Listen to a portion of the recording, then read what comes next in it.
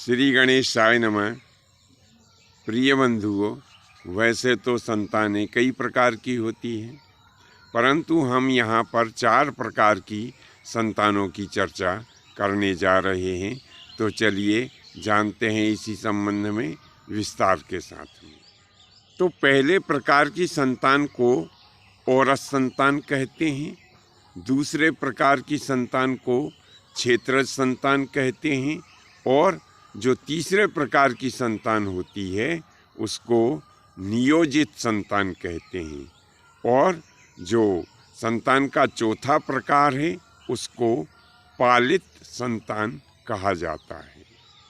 अब इनमें जो औरस संतान होती है, जो स्त्री ब्रह्म विवाह विधि से ब्याही गई है और उससे जो हम संतान उत्पन्न करते हैं वह संतान औरस संतान अथवा ब्रह्मोड़ा संतान कहलाती है। दूसरा प्रकार हमने जो क्षेत्रज संतान का बताया है, तो क्षेत्रज संतान कौन सी कहलाती है कि जब पति और पत्नी में से कोई एक संतान उत्पन्न करने में अक्षम होते हैं तो एक दूसरे की सहमति से किसी दूसरे के क्षेत्र में अपना वीर्य स्थापित कर जो संतान उत्पन्न की जाती है वह क्षेत्रज संतान कहलाती है।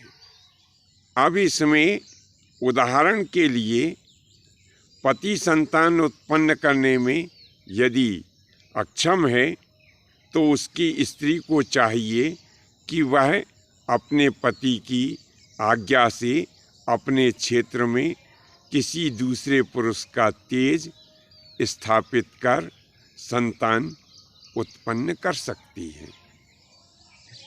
इसी प्रकार से यदि पत्नी गर्भ धारण करने में सक्षम नहीं है तो उसके पुरुष को चाहिए कि वह किसी दूसरी स्त्री के गर्भ में अपना तेज स्थापित कर संतान उत्पन्न कर सकता है।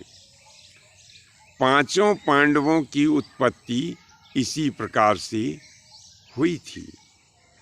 अब नियोजित संतान किसको कहते हैं?